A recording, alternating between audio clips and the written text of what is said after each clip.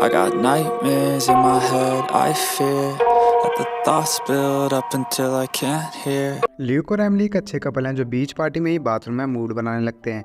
पर जैसे ही Luke Emily की गुफा को मुंह लगाता है, उसका मुंह खून से सन जाता है जो दोनों की ड्रेस को भी ख़राब कर देता है। और दोनों इस चीज़ को काफ़ी इंजॉय करते हैं, मगर ड्रेस ख़राब होने की वजह से वो वापस घर आकर रोमांस करने लगते हैं।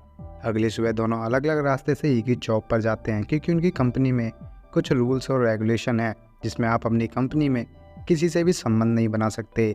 इसलिए ये दोनों भी इसी तरीके से रहते हैं। थोड़ी देर बाद एक आदमी अपने ऑफिस के सारे सामान को तोड़ने लगता है, क्योंकि उसे जॉब से निकाल दिया गया है। इस कंपनी का बहुत ही ज़्यादा स्ट्रिक्ट है। अब उस आदमी की पोस्ट खाली है, जिसके लिए कुछ आदमी ल्यूक का नाम लेते हैं, जो एमिली सुन लेती है। वो ये बात ल्यूक को बताती है, जिससे उसके मन में लड्डू फूटने लगते हैं। मगर एक रात एमिली को ऑफिस के आदमी का कॉल आता है। जब वो जाकर देखती है तो वहाँ कंपनी का बॉस था, जिसने वो नई पोस्ट एमिली को दे दी। जब ये बात वो ल्यूक को बताती है तो उसे अजीब लगता है, लेकिन वो खुश होने का दिखावा करता है। अब उसे अंदर ही अंदर जलन महसूस होने लगी है। मगर एमिली ल्यूक को प्रमोशन दिलाने के लिए ज़्यादा काम देती है, जो ल्यूक को पसंद नहीं आता। उसे लगता है कि वो ल्यूक को दबा रही है। एक दिन ल्यूक ज़बरदस्ती एमिली से गलत इन्वेस्टमेंट करवा देता है, जिससे कंपनी का भारी नुकसान होता है। इस बात से गुस्सा होकर बॉस एमिली को बुरा भला कह देता है। अब एमिली को जल्दी कंपनी के लॉस को कवर करना होगा। एक ऐसी कंपनी में पैसा लगाना चाहती है जो सभी को लगता है कि नुकसान करवाएगी, पर उसे पूरा भरोसा है। ल्यूक भी उसे ये सब करने से मना करता है, मगर एमिली इस बार ल्यूक की एक नहीं सुनती। वो पैसे इन्वेस्ट कर देती है। अगली सुबह एमिली को रिपोर्ट मिलती है कि उसने कंपनी के लॉस को पूरा करके काफ़ी मुनाफा कमाया है। इस बात से पूरी कंपनी में एमिली छा जाती है। इस बात से खुश होकर बॉस उसे काफ़ी बड़े अमाउंट का चेक देते हैं, जिसे ल्यूक देख लेता है।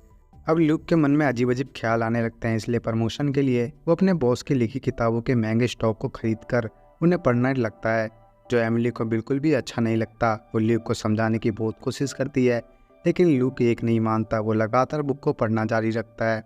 अब एमिली भी ऑफिस से देर रात घर आने लगी। वो महंगी पार्टी में जाती है।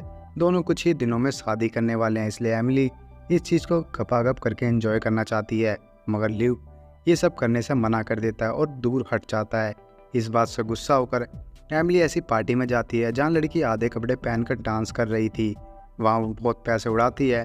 अगले दिन ये बात ल्यूक को पता चल जाती है और ऑफिस में हर जगह सिर्फ एमिली की बातें चल रही थी, जिस वजह से ल्यूक का दिमाग सनक जाता है और वो ऑफिस में ही एमिली से बहस करने लगता है। दोनों में बहस बढ़ जाती है।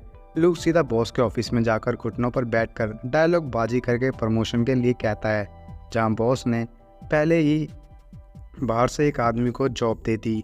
ल्यूक का बुरी तरह से मूड खराब हो जाता है, इसीलिए वो एमिली के आते ही उसे उल्टा बोलने लगता है। एमिली की ये बात बर्दाश्त से बाहर हो जाती है, इसलिए वो भी ल्यूक को उल्टा बोल देते हैं, जिसे सुनकर ल्यूक घर से चला जाता है और अगले 2 दिन तक ना ऑफिस आता है और ना ही घर पर।